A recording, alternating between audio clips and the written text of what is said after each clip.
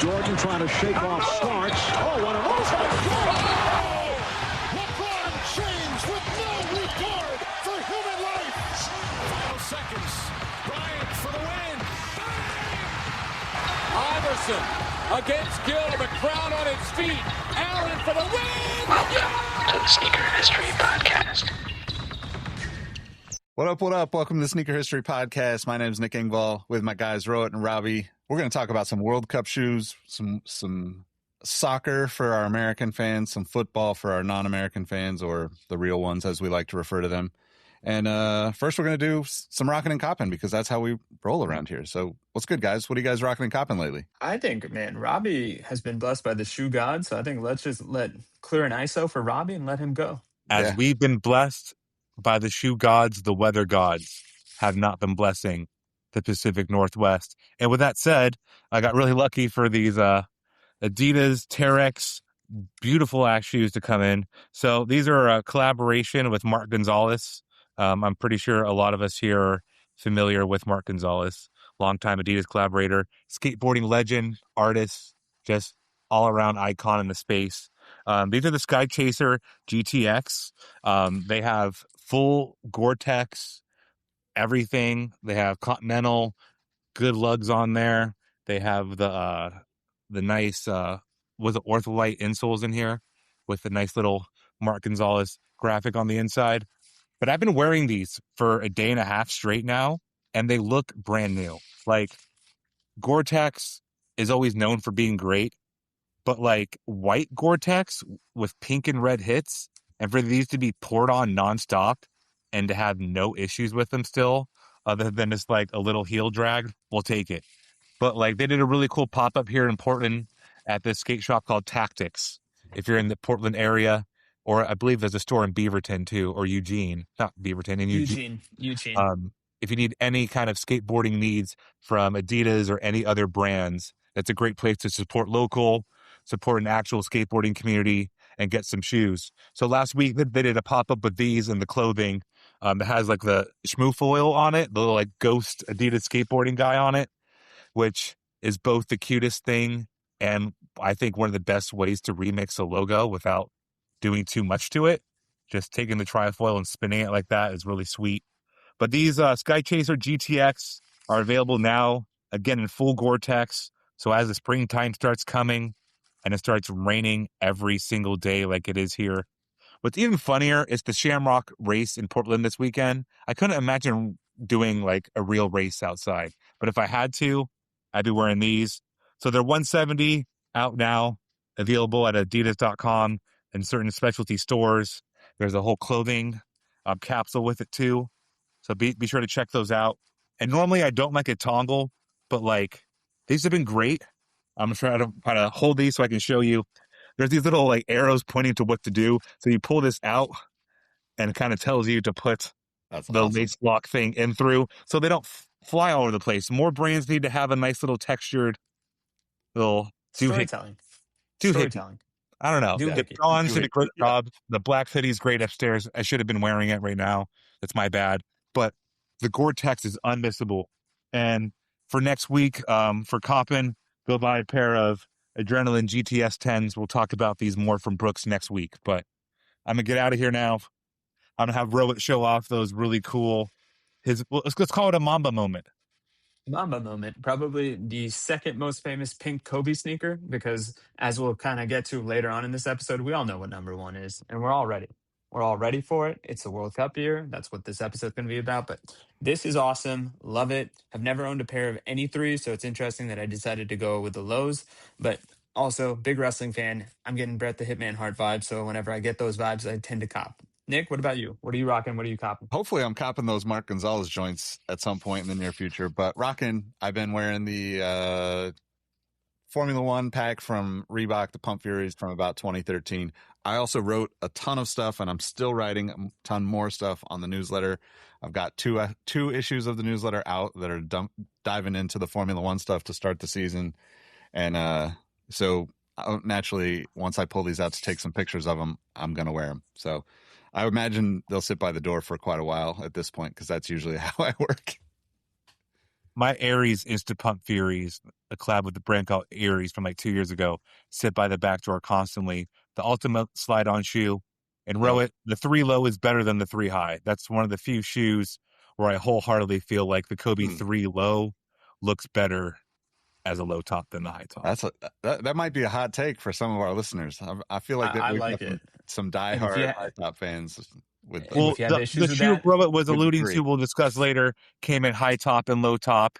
So they've done it many, many times in the Kobe line where they fully mix it up, or they do what the 2 did and kind of do like a V2.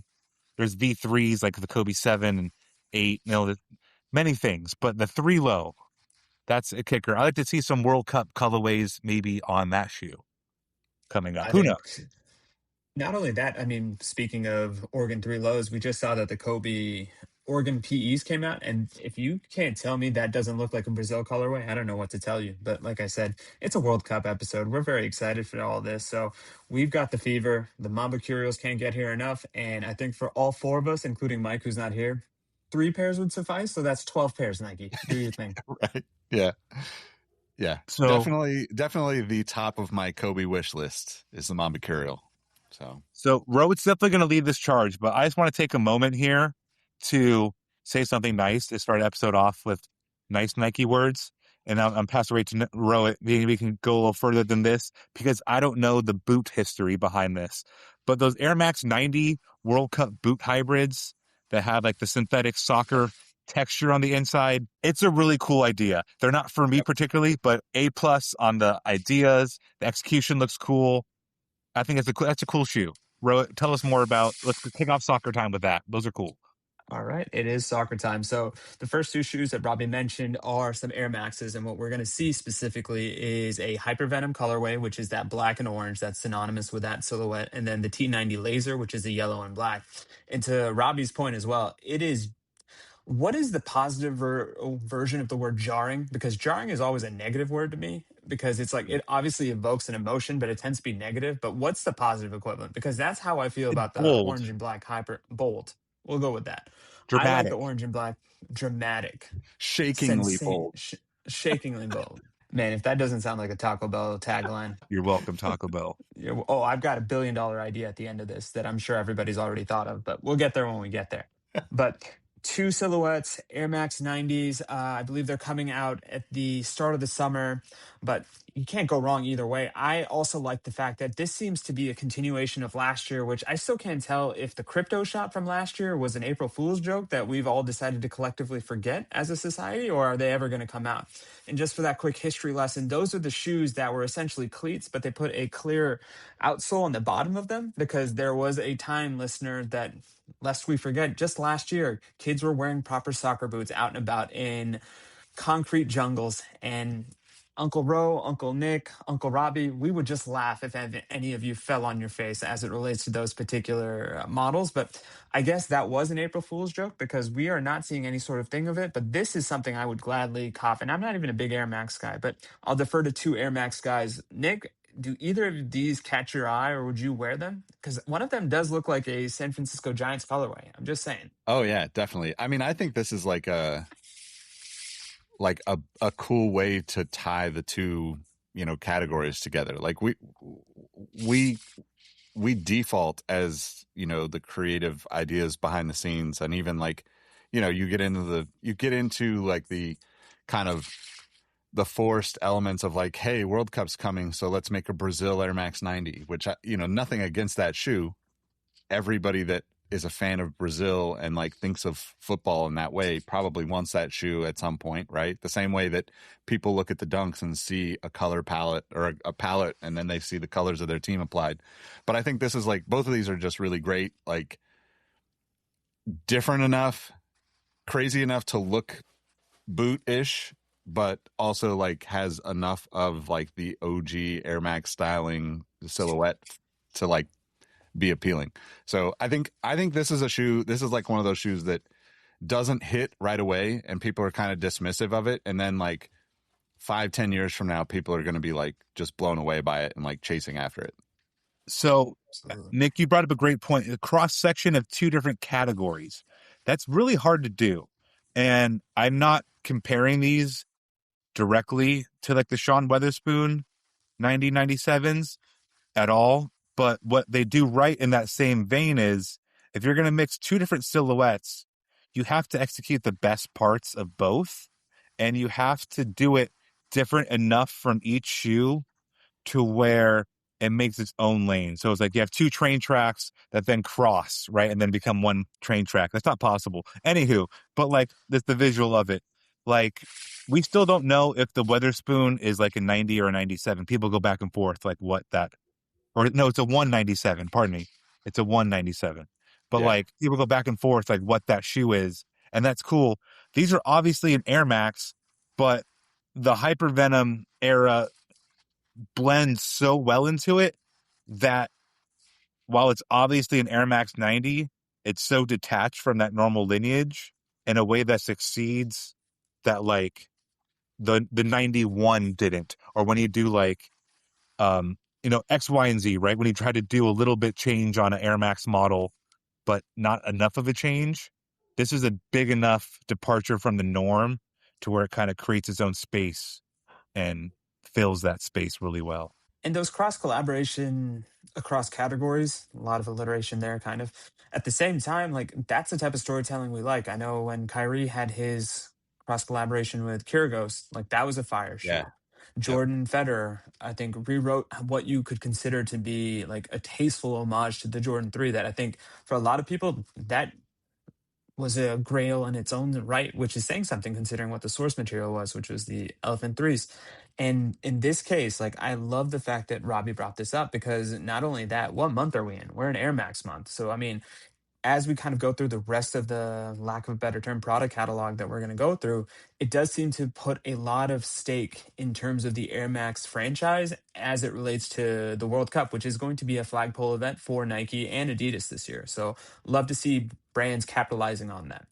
Yeah, I think too, like the thing about both of these, right, is when I think of boots, I think of the different materials and the textures. And I think that's the overarching, like, broad appeal when I see it is like, oh, the dimples, like you talked about like kids wearing cleats, in the real world, which is like, I don't know, maybe I would have done the same thing because I was pretty fuck everybody, I'm going to do my own thing as a teenager. But it's one of those things where like you start to think about the design of boots and playing and all of the things that you've seen over the years, the cross stitch patterns, the diamond patterns that are on boots, like across brands even. And I think, like looking at the other brands, thinking about Adidas and stuff, you almost have to have more to it. Like, I'm a fan of some of the Adidas stuff we'll talk about, and I'm a fan of some of the stuff that I've seen from Puma that I didn't pull up for this, but they released some new boots recently that are like the street shoes are like really cool looking. And I have a bunch of like football, soccer, like indoor shoes. I'm not like a huge like it's like fifth or sixth on my, level of sports, but like it's levels up above American football. So like my collection has a bunch of those nuanced things. And what I love about all those shoes is the different textures, the different materials, the different stitch patterns. There's so much more when you think about it, because the ball control aspect of it that has kind of been like, I don't know, not being somebody who doesn't necessarily play in any competitive way, I don't know how much that is real or it's just a marketing thing, but it's a fun, like, for a consumer to see that, it's a very fun connection to make, I think, which is really makes them look official. Yeah, exactly. Yeah. Rohit, what does the heel say? I can't tell what the heel says, and I can't find it. It has like a long, the yellow pair has like a long, trying to find it. Oh, it just says total 90 written across. Total 90 said, okay. Yeah. Yeah. Thank you. And I mean, to your point, Robbie, both the Hypervenom and the T90 Laser have homages to their initial boots. And it's ironically eerily similar to what we kind of saw later on in life, or I guess previously on life, in terms of when Kobe, especially with the Kobe 7, one of the joys of that shoe, and there's not a lot of joy to be found with that shoe, was always trying to see what were the different imagery that were on the heel. So that's another kind of prime real estate that we often don't see get utilized, or if we do see it get utilized, it almost becomes an afterthought. But in this case, it's tasteful because it provides a direct linkage to what inspired these shoes, but then it also gives this current shoe its own identity to breathe on its own. So one final plug of the newsletter. If you haven't read the newsletter from like maybe 2 months ago now, Nike actually lost the, I can't believe this happened, but they lost the trademark for T90. I forget if it's T90 specifically or Total 90, but somebody like redid, once it lapsed, somebody got it, like some LLC in some random state. So if you look at these shoes, it's really interesting to see that there's not a T90 or a Total 90 on the shoes at all. There's 90 on the backs, there's Total 90 spelled out, there's a bunch of variations of it, but it doesn't have the like original Iconic T90 90 circle. iconic. Yeah, which is Maybe a really that's why I couldn't interesting say thing. they had to spell it out the classic way to get around it. Because I've seen that Yeah. Total 90 spelled in that print, but I've never seen it spelled Yeah. that way. So Yeah, interesting. because to your point, Robbie, like usually you'll see the total spelt out, but the number 90 would always be there. But to Nick's point, Yeah. lapses in trademark have led us to be very creative from a Beaverton side. So Shout out to that is Wayne one of Murray. those. Yep. But then sometimes you got to change the facade a little bit, you know? Listen, man, there's a reason why we go to Turkey for hair plugs. They're just the masters at it. So there's also, let's keep it moving a little bit. The Air Max 95 England's fantastic shoe. I'm not going to buy the 95 Neon Retro because my pair from 2019 or 2021, whatever, are super clean still. So I'm good there. But I'm very interested in this England colorway. Describe it a little for the listener, It Robbie, is- because then It's like what I like about it's like simplicity with the Air Max 95 can either look really dumb or really good. These look so clean because just a little bit of hint gray throughout like the kind of dermis levels on the side panel and just the little eye stays, little levers, the 1990 style lace locks, not lace locks, lace holders. Those being red and how they go through the netting like it should on an Air Max 95. Like they try sometimes to change elements on the 95 that take away from what makes the 95 great. I want to be able to see that color hit through the mesh going across the shoe. Just adding the English shield or crest on the tongue, great hit. I don't need to see it everywhere else. I don't need to see it in the heel or a pattern or a graphic.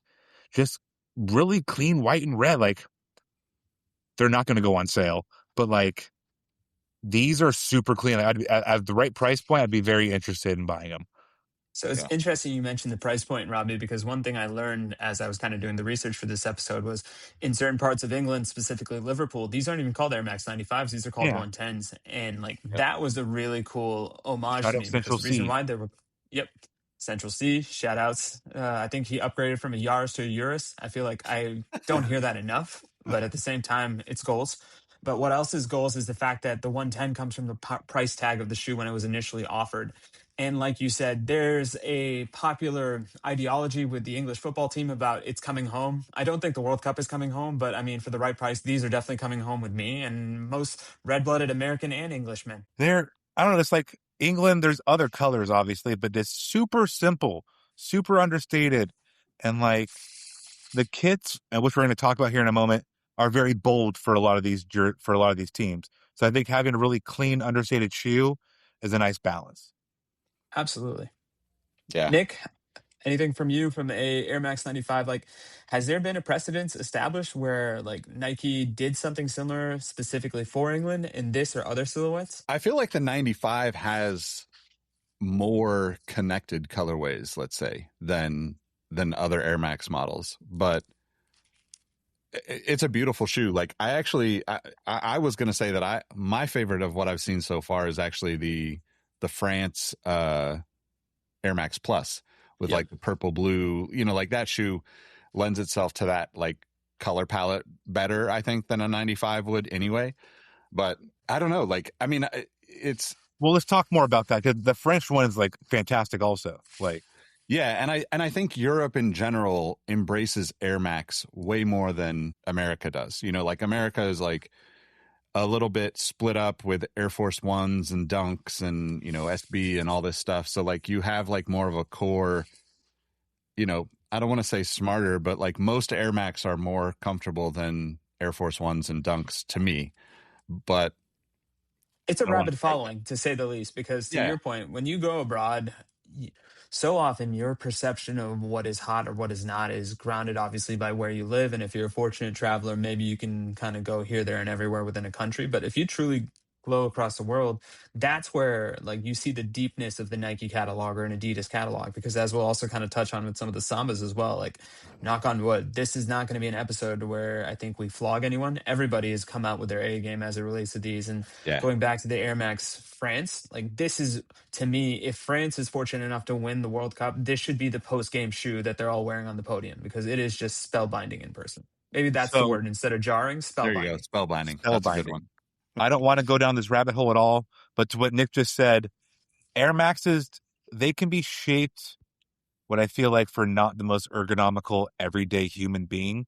Like the Air Max Plus, I love those French ones. Air Max Plus hurt my feet. They straight up do. I'd rather wear a pair of broken in Air Force Ones or even like a mildly worn Air Force One over an Air Max Plus any day. But the 95 fits my foot much better. I'd rather wear a 95 over an Air Force One. So there's levels to it. Of the two, I think the maximal, or I guess the more spellbinding nature of the Air Max Plus France is cooler looking than the Air Max 95 England. But because the Air Max 95 England fits my foot better Yeah. and is a little more chill, I lean more towards that one while still acknowledging that the Plus is great. Just my foot don't like wearing Pluses. Yeah, that's The fair. plus That is a 95 minus is for my guy. beautiful though. Wait, what? I said the plus is a minus for my guy over there. Yeah. Yeah. Yeah. I mean, and like the cool thing about this is like, to your point, Rohit, I think everybody's kind of already bringing their A game. Like there's just so much good stuff already on the calendar and, you know, being pushed out through PR people and whatever. And that's like that's exciting to me because there's always the chance that the first stuff that you see is just like, man, that's whack. And then like it puts you off, you know, not that you're not going to like, I mean, we'll get into the Adidas stuff, but like, you know, 94 being the denim, like that they're pulling from for their story. That was like the most prominent World Cup for me because it was in LA. It was, you know, I don't want to give Alexi Lawless any credit, but it was Alexi Lawless. You know, like that whole experience for me being in high school and watching that was like the first wow factor. It's like, it felt like we just standardized the feeling of the Super Bowl pre good halftime shows, but like for soccer in the US. So like it just kind of leveled up the presence of the World Cup for me and the paying attention to soccer in that era. And then now to see them go back to it is like, it's like a good, like pull from your roots kind of story to me that, you know, again, not necessarily on the comfort level, like, you know, superstars and Sambas are not bad by any means, but I'm definitely throwing move insoles in them and, you know, like trying to make them more comfortable so I can get through the day if I'm wearing them all day. That's a young man's foot shoe. Yeah. Because I wear exactly. Sambas. I keep a pair by the door also, and I look at them, and then I put on the Insta Pump Furies. So it's like literally, they're not very comfortable. Yeah, but those move insoles definitely make a young man feel like an old man, or the opposite. Who knows? But Here's my cheat speaking code. of, When you get a free pair of when you get a clean pair of Sambas, not a free pair, a clean pair of Sambas, like fresh, wear them in the house, and when you're watching TV, take them off.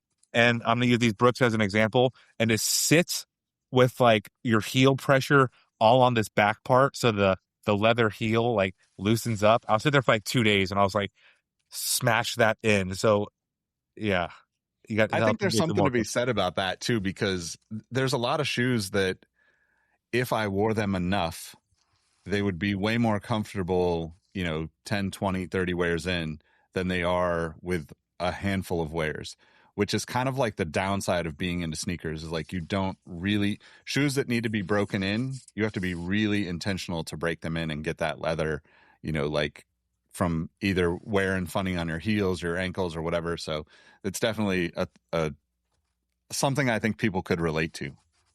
So speaking of Sambas, what do we make of the Adidas 2026 Federation Pack? And those are essentially Sambas for Japan, Mexico, and Italy. Because I'll tell you what, everybody knows where my corporate allegiances lie. But out of all the shoes that we're going to preview today, outside of the hallowed Mamba Curio, this Adidas Japan shoe is something real special. Yeah, I mean, I think they nailed it with all of this, right? Like, I think this is like I mean, it's just what I would want to see in a lot of ways. Not knowing what I would want to see, but then seeing it, it's like that's it. If that makes sense. No, less is more. There's a Yeah. simplicity to it. And dare I say, it's kind of a Buddhist approach towards sneaker design because, like we mentioned with the Air Max 95 that Robbie penned a beautiful love letter to, there's just simplicity when done right is excellent. And all of these shoes, it's not too complex from a colorway or a rocking perspective, but then at the same time, it's memorable enough that you can't get these out of your head if you see them in person. At the same time, Nick, like you being the Samba guy that you are, and more importantly, I really wish like Robbie would give us a breakdown on how he would make these three sneakers break in himself. We've also seen that there are offerings for not just Mexico, Italy, and Japan. There's also going to be offerings for Brazil and Germany. And now, obviously, with Brazil, that is a Nike sponsored country through and through. But once again, Adidas has a way of kind of getting around the edges of legal parameters and still telling a decent story. So that's what we see with some of the indoor specials that they've got. And then I would be remiss if I didn't mention Robbie's handball special as it relates to Germany, because the thing is, this will also be the last World Cup that Adidas will be sponsoring Germany. So they're also going out in a bang in terms of making sure that people know that Germany and Adidas are going to be a partnership for at least one more big major tournament. Yeah, I mean, I think that's like part of the fun of World Cup. Anything that's like this level of like global participation, Olympics, World Cup. I say this in like a maybe a little caveat that America goes a little too America sometimes. But then when I see other countries do this and like embrace that, it's like, yeah, I get it. This is cool. Like if I had roots from there, or if I was from there, I'd be totally into this, if that makes sense. Absolutely. And going back to your analogy about the fact that every World Cup game rather is a Super Bowl for those countries. Sometimes they may not feel that way for established powers like Germany, Brazil, England, France, but like the Curaçaos, the Ecuadors, the San Verdes, like this is essentially for a lot of people their first foray onto the global stage, and that can be so energizing. And we kind of touched on this in a previous episode about Bad Bunny and how Bad Bunny listed all these different Latin American countries. And there's this really nice video of a girl in Ecuador perking up because this is the first time she's seen Ecuador, her home country, get that acknowledgement and on that broad of a stage. So like I can only imagine it's a similar feeling. Yeah. I think too, like there's like the broad appeal of like the subtleness of it too across that, right? Where like this is like to kind of to that story. This is like almost like a cross generationally does like appeal with this design for Japan and Mexico, Italy, like having even just the subtle stuff. Like there's like just something about that to me that's like, I'm not, and I think this is like World Cup or maybe Olympic specific, but like I'm not necessarily going to be running out with like, the 92 Dream Team Stars and Stripes kind of, jumpsuits or whatever that they wore. And like I could never see like my parents, grandparents, wearing those types of things. But when it's subtle enough that you could see like this could be something that people bring home to the family and like everybody in the family gets a pair, I think that's a really cool way to think about designing for an event that is obviously multi-generational, and has so much history, but also like part of that is what gets people excited, gets the younger generation excited too, that I think is kind of an under talked about part Underappreciated, underreported. Yeah, thank you. Yep. Are you guys talking about the Adidas soccer old school denim stuff? No, we can segue into that. But yeah, we were talking heading about. Yeah, we were talking about the handball special, Robbie. I know that was a near and dear one to your and my heart based on pre-show conversations that, thankfully, listener, you will never be privy to. No, I play pocket pool, not handball. It's different. There's, there's thinking about what our parents would wear, like mixing about what our parents would or wouldn't wear, seeing these USA denim Sambas, Superstars, and Superstar Highs are a little too patriotic for me, I think. I'm trying to think a way to say it. They're not bad at all. They're just a little too patriotic than I want to be. I'm very fortunate to have a very cool looking, I think, it was the 90s. I think it was the 90s World Cup. I have a Kith Adidas Team USA soccer jersey that says Kith instead of USA on it. But it's styled the same way as it's like fading stars. Yeah. It's like the light stars in the navy, kind of like this. Those kits. So I already have that. So I can't go stars on stars. If Travis Barker taught me anything, you go stars and stripes. But you're the star as far as I'm concerned, Robbie. Then that's 3 stars. Too many. It's either too many or too few, right? Because we're all 5 stars around here. Maybe Leave us a review, by the way. I'm a 5-star man who has not yet nearly hit his peak. And there's just only so many stars I can wear in clothing at one time. Not bad at all. So if you went, I think these are great. If you have if you're the opposite of us and you have a very athletic build and you have guns, you're going to crush it in a white t-shirt and some jeans and those shoes on, crushing it. Brother, I just want to yell USA, USA as you keep going. To give the listeners a visual, I think Anthony from Queer Eye on Netflix, I follow him on socials. He's gotten really buff, but he's very handsome. Anthony, him in a little tight white t-shirt wearing those Adidas, crushing it all day. Gang. It's gang. I love that show. I love him. I'm also buy his cookbook. I use his cookbook regularly too. But I can see him muscular guns, white t-shirt, Adidas stars and stripes, crushing it this summer. And I think it's really ironic because we all know about the Canadian tuxedo, or Lexi Hull, or somebody WNBA star, tan, maybe the opposite of guns for a man, fit whatever women want their arms to look like. I don't know. Toned? I don't want to put any woman into a box, but I just see. You're telling me I can't get one of these in a 3XL and go to Buffalo Wild Wings and watch the World Cup? You could, but you're not going to brother. Why do that when you got the midterms coming? Because that's when Trump is really going to win. Oh my God! I imagine Alexi Hull. No, the other one's in it. Not the other one. Who's the other Indiana Fever player? She's the Adidas athlete. Sophie Cunningham. Finest. That's who I'm thinking of. Their backcourt, they look not all the same, but they look similar to one another, and they both play in the same backcourt. Pardon me. Go WNBA. Happy International Women's Day to all our female listeners. I'm a season ticket holder for the W.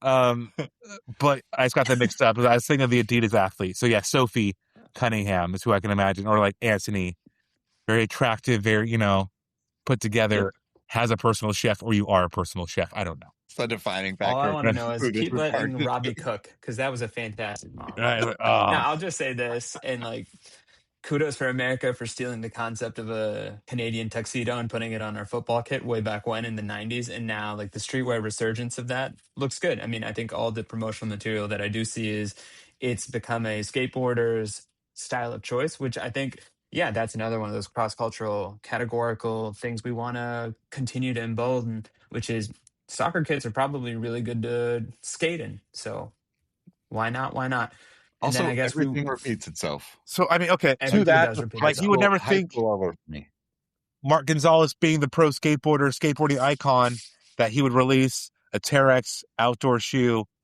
The lines are blurred, people. You don't have to be in one lane.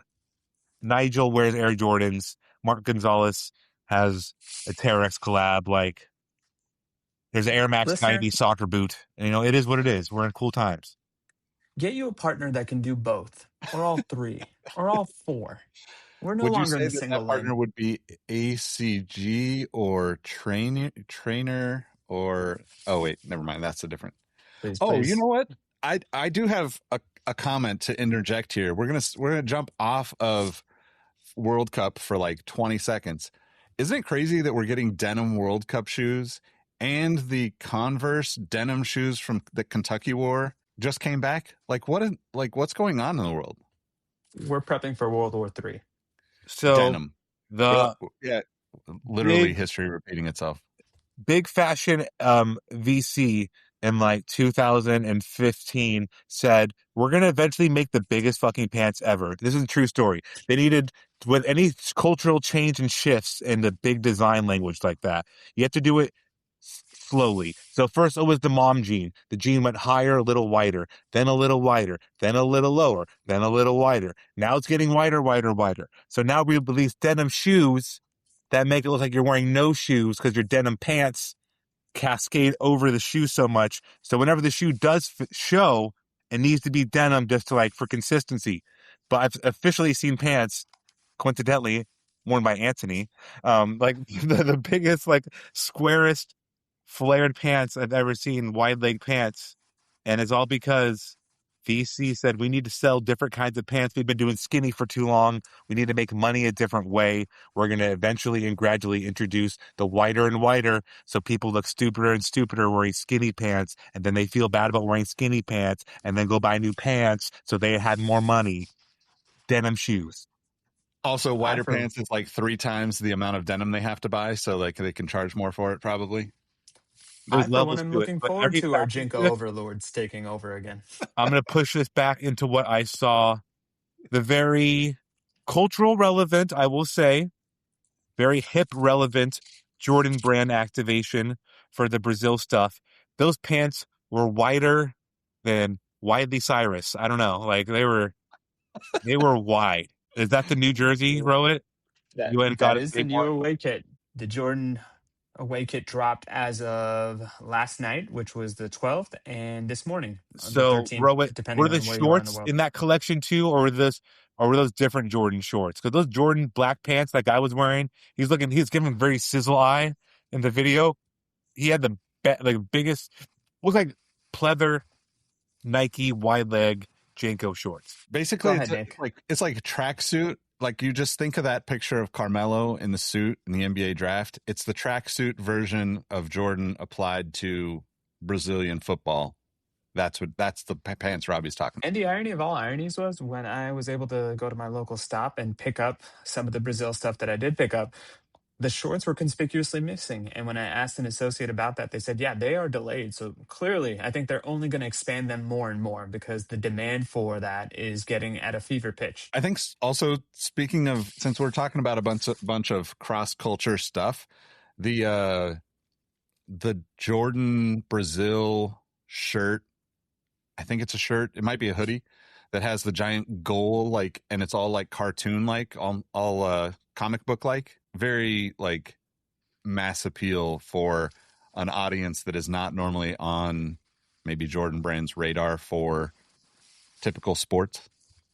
That makes No, sense. absolutely. No, it does. And it's really funny because some of the other offerings that they've kind of rolled out as a part of the complimentary streetwear thing, because for Yeah. the listener that may or may not be aware, Jordan Brand dropped the Brazil away kit, and that comes in the normal replica as well as the authentic product that you would see the athletes wear in the field this summer.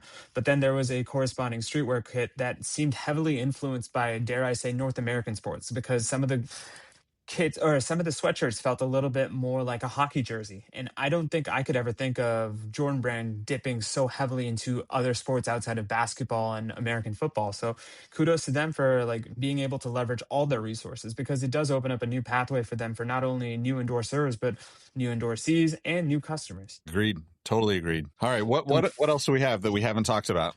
So one thing, if I can call for an ISO. So interesting thing about all of this is the fact that the Brazil kit that was released today or yesterday or whenever you're listening to this, listener, is in the traditional blue away kit that we've always associated with Brazil. Yeah. Brazil does a home yellow kit and they do a home blue kit. Now, what was interesting for this particular World Cup, and because of Jordan Brand's involvement, the initial away kit was going to be red and black. And there was an uproar by the Brazilian government that they felt that if they went to market with that product, it would be an incendiary product, not only in terms of the imagery, but then also the fact that it may cause political unrest, which was interesting. But long story short, that product was scrapped, and now we get the more familiar, tried and true blue method of the away kit. Now, that being said, if you scoured the different parts of the internet that Nick, Robbie, and I tend to scour, there's also a thought that that red kit may or may not be released to recoup some of the investment that they may have made. And if that is the case, the one thing I would ask Jordan Brand is run back the band campaign because it just makes so much more sense.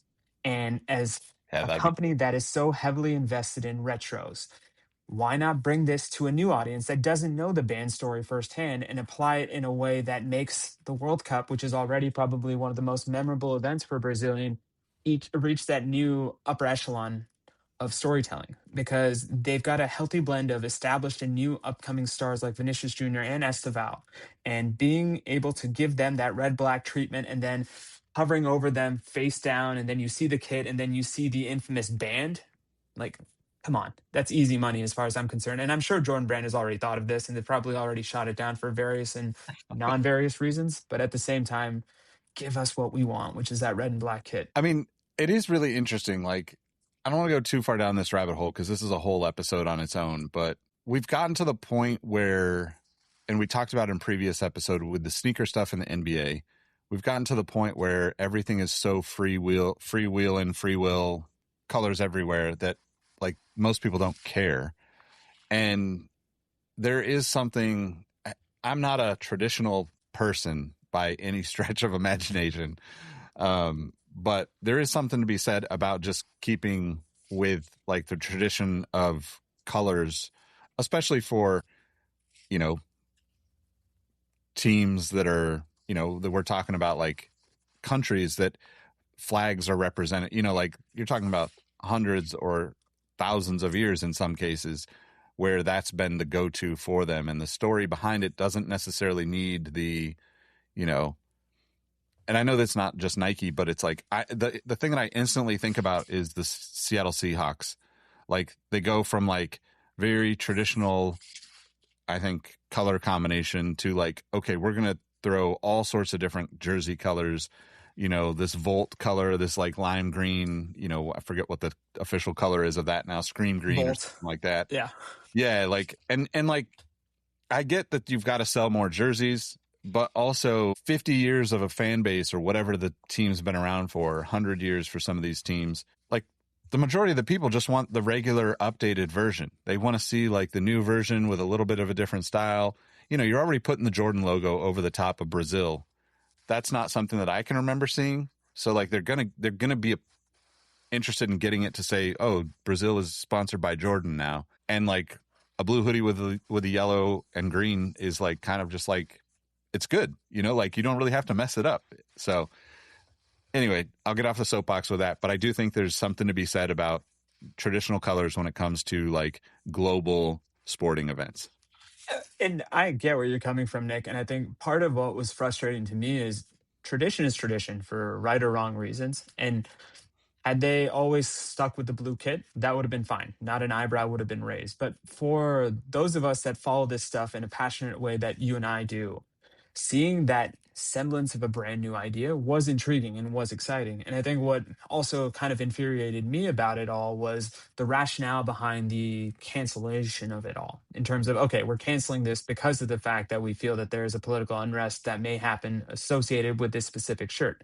Now, that being said, that's all well and good, but the canary yellow that is synonymous with the Brazilian football team was also weaponized in a political way when it kind of essentially served as the MAGA equivalent for Brazil and Bolsonaro and the far right movement. Yeah. So that's one of those things where I kind of see, and maybe this is something that I'm just going to miss because I'm not a Brazilian citizen, I'm not living in Brazil, and maybe I shouldn't talk about such things, but because I'm an American, I feel like I can kind of utilize my freedom of speech to go down the same rabbit hole or that soapbox and just say it's not the same and it's not fair that if you are going to curtail one thing because of the sheer excitement or the sheer volatility of it, then where was that rationale? Why didn't you also update the canary yellow because of the fact that it got co-opted the way that it did? And maybe I would feel differently if I fell on the different side of the political spectrum as Mr. Bolsonaro, but then at the same time, this is the complicated world that we live in. So it's one of those things that I guess we sometimes have to rely on the soccer, the World Cup, the NBA, the skateboarding to distract us from it all.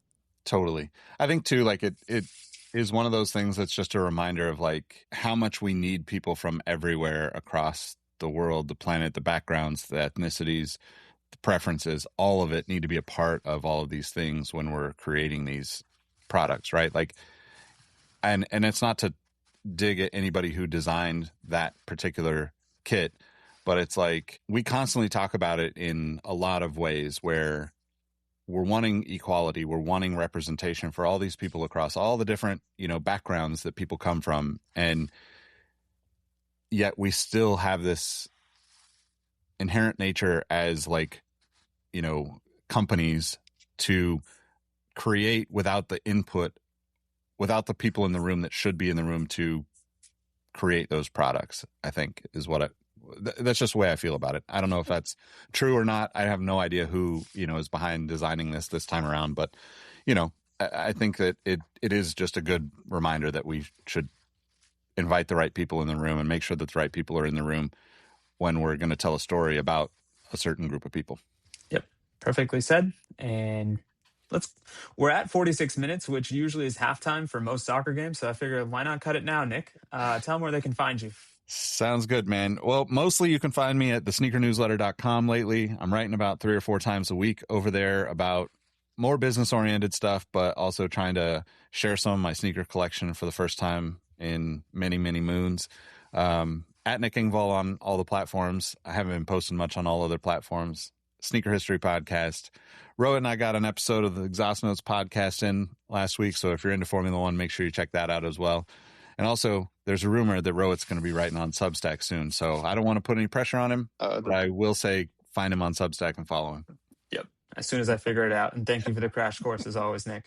You can find me on Instagram and Blue Sky at RohitM13. Hopefully coming soon to a Substack near you, making it a slightly sunnier place. And as always, I'm part of the Nick Engvall cinematic universe, so we look forward to hearing from you. And then for our dearly departed co-host, Robbie Falchi, you can find him on most platforms at RAHBEE702.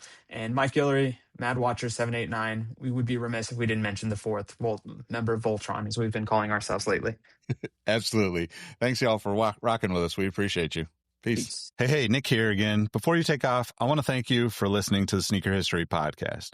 If you want more insights into the sneaker world, I've started a newsletter called the Sneaker Newsletter to share my knowledge of over 2 decades experience working in the footwear industry. You can find the link below or go to thesneakernewsletter.com.